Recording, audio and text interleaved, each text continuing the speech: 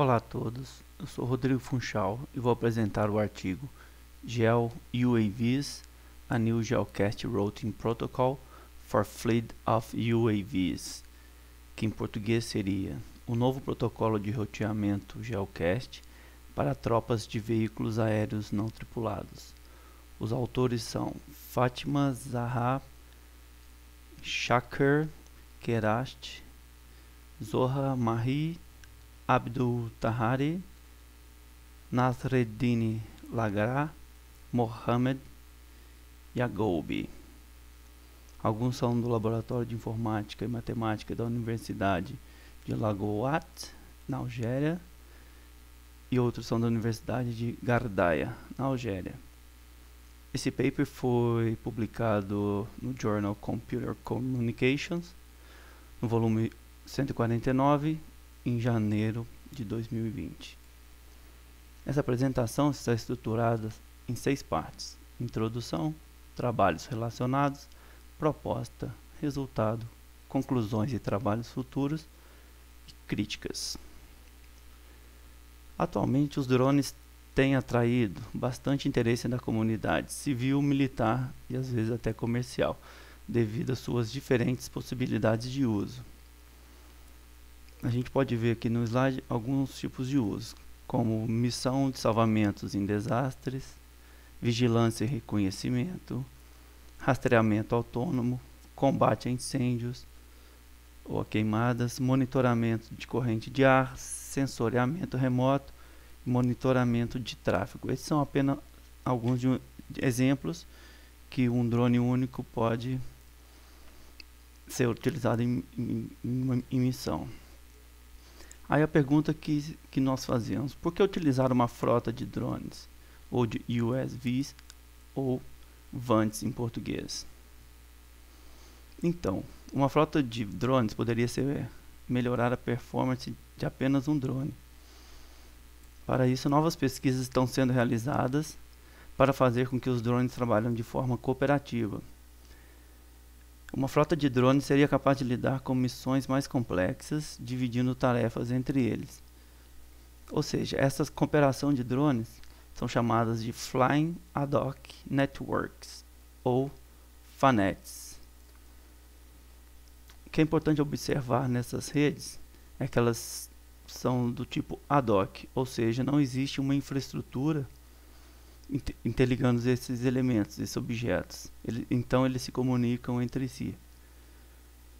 Algumas vantagens dessa comunicação, ou melhor, usando frotas, seria uma maior escalabilidade, um menor custo, um desenvolvimento mais rápido e uma habilidade dos drones desviarem de alguns obstáculos durante as missões.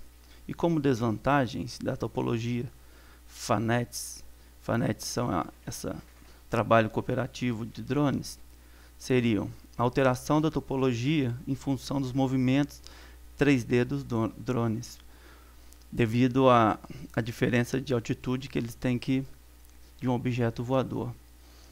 E atualmente o maior desafio para o uso dessas redes FANETs estão nos protocolos de roteamento. Agora vamos falar um pouco sobre os trabalhos relacionados. Bem, existem diversos protocolos de roteamento já estudados utilizando as FANETs. Eles são basicamente divididos em dois grandes grupos: os grupos de cluster e os grupos de swarm, ou em bom português, enxame, baseados em enxame. Nesse trabalho, os autores afirmam que os protocolos baseados em swarm são mais adaptados para ser usados nas FANETs. Entretanto, eles não contemplam as alterações da topologia nos voos 3D, ou seja, na diferença de altitude dos objetos, dos drones, né? E os autores ainda afirmam que esses protocolos baseados em swarm, eles ainda pecam um pouco na questão da confiabilidade. No próximo slide, nós vamos ver a solução que os autores estão propondo. Então, mais recentemente surgiram os protocolos de roteamento Geocast. Por quê? Porque esses protocolos têm como objetivo principal disseminar dados de um nó fonte a todos os nós que estiverem na mesma zona especificada. Esses protocolos Geocast são eficientes e confiáveis na disseminação de informações em redes ad hoc. E na literatura, há vários protocolos de roteamento baseados em Geocast. Por exemplo, alguns protocolos já utilizados em redes mobile, que são chamados de MANETs, e também protocolos utilizados nas redes veiculares, são chamados de VANETs. Entretanto, nenhum desses protocolos utilizados nem no MANET nem nas VANETs, eles não podem ser aplicados diretamente nos drones, porque eles não contemplam as alterações de topologia 3D, novamente, que é um dos maiores problemas aí do protocolo desenvolvido para as VANETs. Então, devido à falta de protocolos que manejam bem a alteração de topologia, os autores desse trabalho eles se sentiram motivados para propor um novo protocolo de roteamento baseado em Geocast, mas especificamente para utilização nas VANETs. Esse o protocolo que eles estão propondo é o que já está no título do trabalho, que chama GEO-UAVs. Antes de entrar especificamente na proposta do GEO-UAVs, é relevante, nós vamos passar pelos dois protocolos que podemos ver aqui, o Ant Colony Optimization Based e o protocolo, ou melhor, a base de protocolo Bee Colony Optimization Based, porque são dois protocolos estudados e que vão ser utilizados como protocolos de comparação com o GEO-UAV. Inicialmente falando do Ant Colony Optimization Based, todo algoritmo que é baseado no Ant Colony seria o que é baseado na colônia de formigas, ou melhor, ele é inspirado no fenômeno no qual as formigas procuram comida, né? As formigas são insetos sociais, vivem em colônias e sua cooperação os ajuda a encontrar alimento. Ou seja, cada formiga libera uma certa concentração de feromônio pelo caminho quando está procurando uma fonte de alimento. Nessa dinâmica, o caminho mais curto será rapidamente encontrado, porque as formigas elas costumam repetir o caminho uma das outras, baseado no feromônio que foi deixado pelos anteriores. Então, os algoritmos baseados em Ant Colony seguem a mesma lógica e, após várias iterações, esses protocolos são capazes de criar uma tabela de roteamento chamada tabela feromônio. O trabalho mais relevante, não mais relevante, mas um trabalho relevante que os autores levaram em consideração, que foi o trabalho do Mainstrenko e outros, chamado de Ant-Hoc-Net. E a vantagem desse protocolo desenvolvido por esses pesquisadores é porque ele tem uma melhor performance na utilização nas redes de VANET, em redes que têm alta mobilidade de nós. E as limitações é que eles são menos efetivos, esse protocolo é menos efetivo e tem um alto custo na transferência das informações. Agora nós vamos ver o outro protocolo estudado com base no Bee Colony Optimization Based, que por sua vez esses protocolos Bee Colony são algoritmos inspirados no comportamento das abelhas e na sua procura por alimentos. Bem resumidamente, as abelhas trabalham da seguinte forma: elas se dividem em 3 grupos, entre abelhas operárias, abelhas espectadoras e abelhas escoteiras. A forma que elas trabalham é o seguinte: as abelhas operárias ficam na fonte da comida e transmitem essa coordenada para as abelhas espectadoras, que estão na colmeia. Então as abelhas espectadoras recebem a localização de vários grupos de abelhas operárias e decidem qual a fonte de néctar irão recolher. Enquanto isso, as abelhas escoteiras, que é o terceiro grupo, ficam vagando, procurando novas fontes de alimento. Um trabalho que foi utilizado aqui como comparação é o trabalho de Leonovet e outros, e que criou esse roteador, um protocolo de roteamento chamado BEADOC, e esse protocolo também será utilizado como objeto de comparação nas simulações com GEO e UAVs. As vantagens do protocolo de roteamento BEADOC que ele apresenta resultados mais efetivos entre os protocolos de roteamento tradicionais já utilizados nas FANETs. E as limitações é que a cada novo parâmetro do algoritmo, novos esforços para encontrar a melhor fonte de alimento devem ser realizados. A proposta, agora nós vamos falar sobre a proposta dos autores. A proposta então é propor um novo protocolo de roteamento baseado em GeoCast para utilização nas FANETs, que são as rotas de UAVs ou frotas de drones.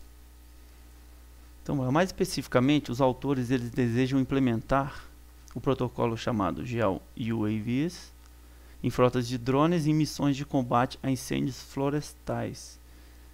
Uma vez que os incêndios florestais são caros e danosos e também são áreas de risco para acesso humano. Essa é uma vantagem de usar frotas de drones para evitar perdas humanas e perdas financeiras. E as vantagens esperadas por esse protocolo de roteamento são diminuir a perda de pacotes entre a troca das aeronaves, evitar a excessividade, evitar o excesso de retransmissão de pacotes, seria não gerar broadcasts desnecessários. E a terceira vantagem esperada é diminuir o atraso fim a fim, ou delay fim a fim. E o grande diferencial do protocolo proposto é ele complementar as alterações da topologia 3D. Como já foi falado, os protocolos anteriores pecavam um pouco nessa questão. Agora nós vamos entrar mais a fundo um pouco no protocolo. Inicialmente esse protocolo ele deve garantir a entrega de informação a todos os drones que estão dentro da Transmission Zone.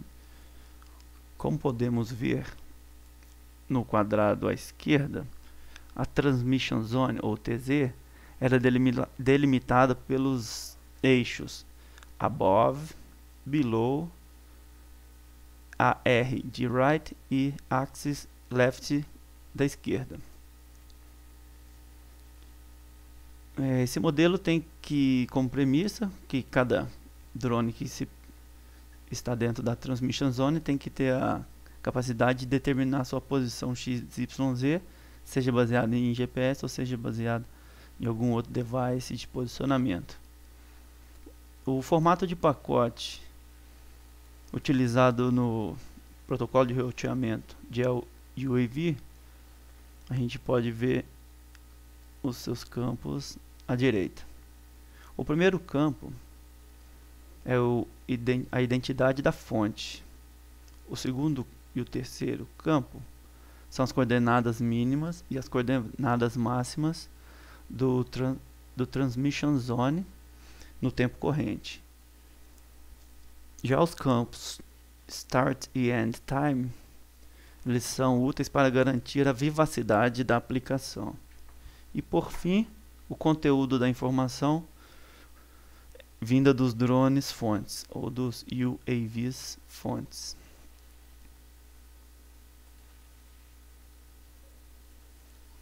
Agora vamos falar um pouco sobre como é dada a disseminação dos pacotes dentro da Transmission Zone.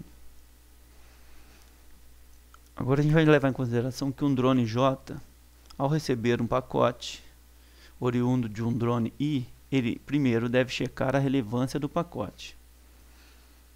Se o pacote é relevante, o pacote será relevante se e somente se o drone J fizer parte da Transmission Zone, se o drone J receber o pacote pela primeira vez e se o tempo pertencer ao conjunto tempo de início e tempo final. Se o pacote não for relevante, o drone J deve descartá-lo. E caso o pacote seja relevante, ele deve aguardar o time waste para então retomar a decisão de retransmissão ou não. Nesse meio tempo, o drone J calcula qual o eixo do TZ, Transmission Zone, ele está mais próximo, e também se há outro drone mais próximo a esse eixo dentro da sua Transmission Range, que seria a sua área de transmissão. Esgotado o time waste e sendo ainda o pacote válido, o drone J deduz que não tem nenhum outro drone relay, retransmissor mais próximo ao eixo que ele calculou está mais próximo.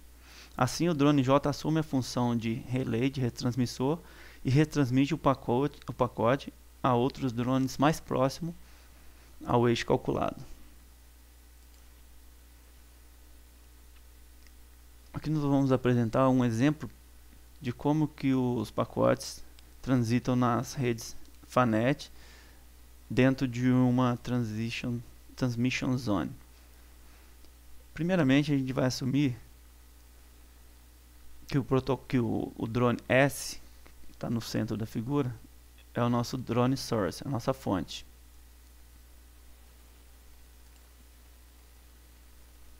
Então, o que o drone source faz? O drone source envia os pacotes de geocache para os elementos alcançados pela sua transmission range, ou seja, pela área de transmissão de capacidade do drone S. Essa transmission range ou área de transmissão é uma variável que o programador e os engenheiros podem selecionar qual é a distância que cada drone consegue transmitir o seu sinal eletromagnético. Nesse caso, nessa formação que a gente pode ver, o drone S conseguiu transmitir os pacotes para o drone A, B e C.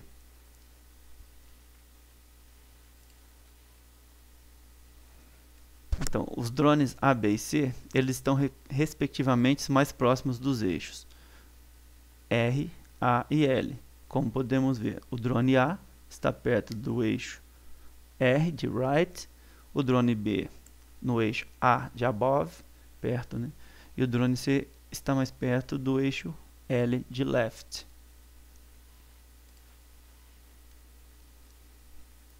Depois que os drones A, B e C receberam os pacotes, eles também vão eles vão transmitir os pacotes para as suas respectivas áreas de transmissão. Como podemos ver, o drone B, ele tem a sua área de transmissão B, que ele consegue enxergar o drone G e H. O drone A consegue transmitir para F e E, e o drone C consegue transmitir para o drone D. Aqui é um exemplo de como que um drone, ao receber o pacote, calcula qual o eixo ele está mais próximo. Vamos começar aqui. Então o A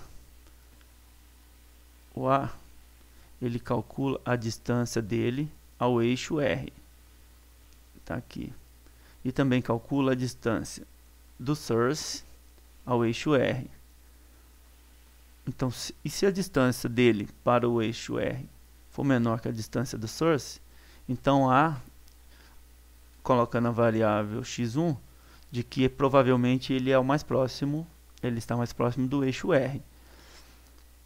E o algoritmo também guarda a distância do A ao R na variável D1.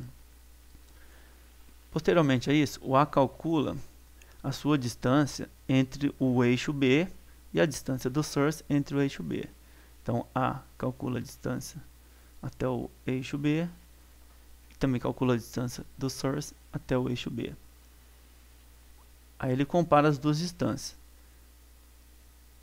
Se a distância de A até B for menor que do source até B, então a variável, ele assume que que esse objeto A está mais próximo do B do que o source. Então ele guarda também na variável x2 o B e a distância menor dele, do A até o B. O algoritmo depois manda o A comparar as duas distâncias, D1 e D2. Nesse caso, podemos ver que a D1, que recebeu a distância de AR, é menor que a D2. Dessa forma, o algoritmo adiciona, ou melhor, incrementa na variável AX, que significa que é o eixo mais próximo desconhecido, recebe o valor de AX1, que o valor de AX1 é o eixo X. Desta forma, o drone A ele certifica de que o eixo mais próximo de que ele se encontra é o eixo A-right, AR. Depois que o drone A definiu qual é seu eixo mais próximo, então ele deve calcular o tempo de espera. Esgotado o tempo de espera, ele ainda testa se o pacote é válido. São naquelas premissas que já foram faladas anteriormente. Então A deduz, se o tempo foi esgotado e o pacote ainda é válido, A deduz que não tem nenhum drone mais à sua direita. Dessa forma, então, o A verifica a presença de outros drones mais próximo ao eixo B. E ao encontrar o F, A assume a função de relay e retransmite o pacote para F. No caso aqui, ele vai transmitir para F e para E. Só que cada drone desse depois vai fazer seu cálculo. E é isso que está escrito aqui. Então F executa os mesmos cálculos de A e F então retransmite o pacote para E. Assim sucessivamente, até todos os drones que pertencem a essa transmission zone serem informados.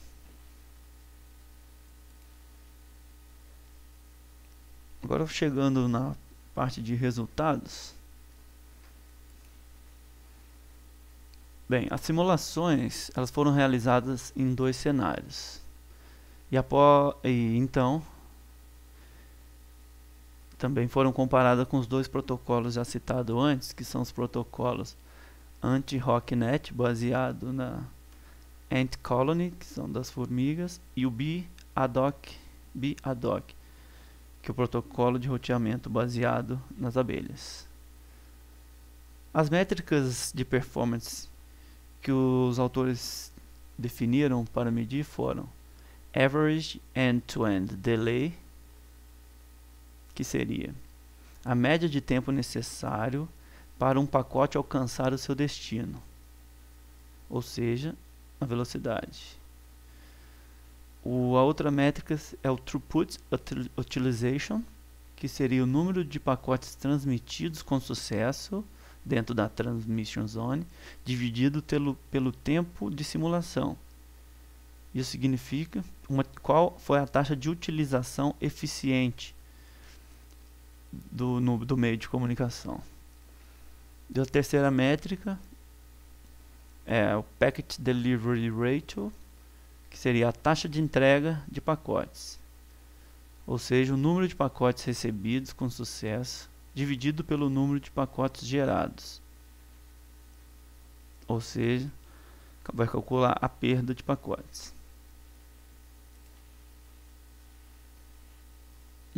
Nesse slide nós estamos mostrando um gráfico comparativo entre Average End-to-End Delay, ou seja, o atraso na transmissão de pacotes.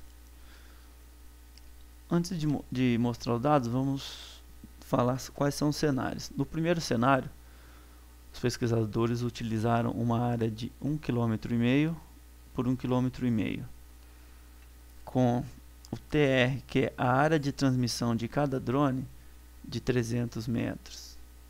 E o tempo da simulação foram 100 segundos. O cenário 2 foi numa área maior. Como podemos ver, uma área de 10 km por 10 km. Com isso, também foi necessário aumentar o RT, que seria a taxa de transmissão de cada drone.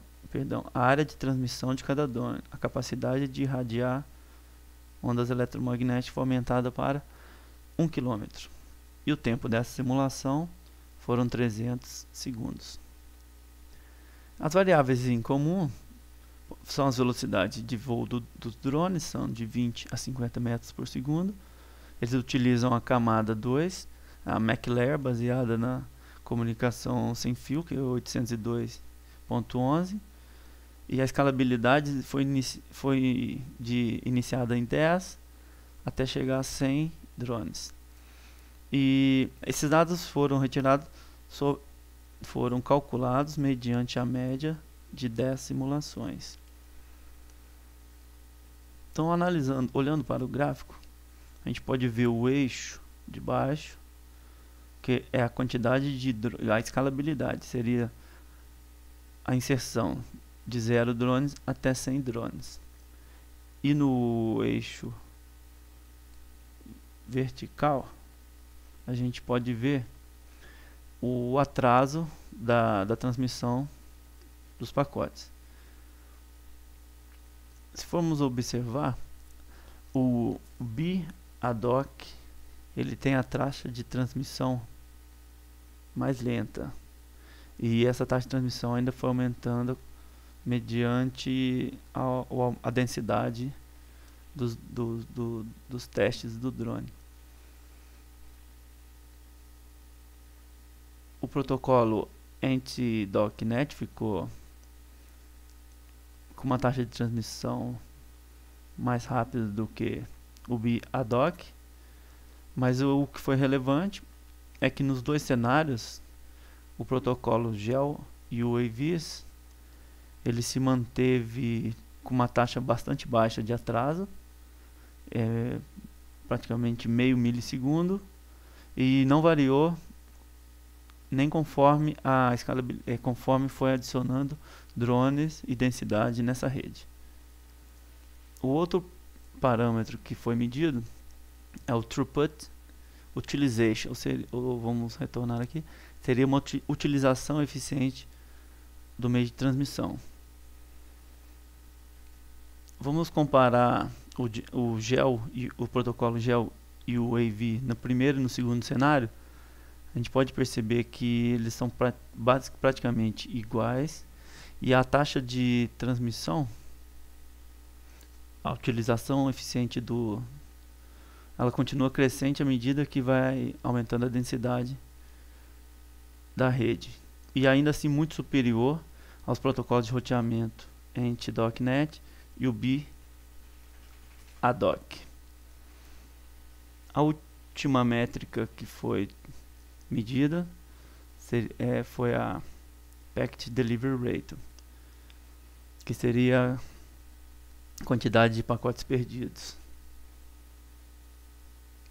Nessa comparação, pode perceber que a perda de pacotes do protocolo GEL e UAV nos dois cenários foi muito inferior do que os dois outros protocolos. Ou quer dizer, a perda está baixíssima, de 0,8, quase chegando a perda nenhuma, que seria 1. Lembrando que a taxa de entrega de pacotes é o número de pacotes recebidos com sucesso dividido pelo número de pacotes gerados.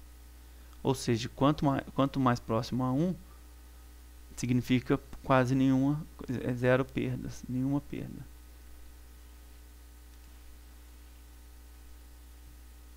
Agora nós vamos continuar a apresentação falando sobre as conclusões e os trabalhos futuros dos autores. Bem, os autores eles concluem e falam que os resultados da simulação demonstram que o protocolo GEL e UAV superam os protocolos ANT-DocNet e BDocNet nos quesitos de redução de atraso fim a fim, confiabilidade e volume de transmissão. Ou seja, nos 3 cenários testados, o protocolo GEL e UAV foi superior. E como trabalhos futuros, os estudiosos eles procuram, os autores, né, procuram manter o foco na análise da performance do protocolo aplicada em situações reais. E adicionalmente, há planos de aumentar a confiabilidade e escalabilidade do protocolo GEL e UAV e também implementar a estratégia de recuperação em caso de um drone se perder da rede FANET. Por último, vamos tecer alguns comentários críticos pessoais. Bem, levando em consideração que uma das grandes limitações para o uso de veículos autônomos movidos a energia elétrica são as baterias, seja pelo seu custo, sua capacidade, vida útil ou tempo de recarga,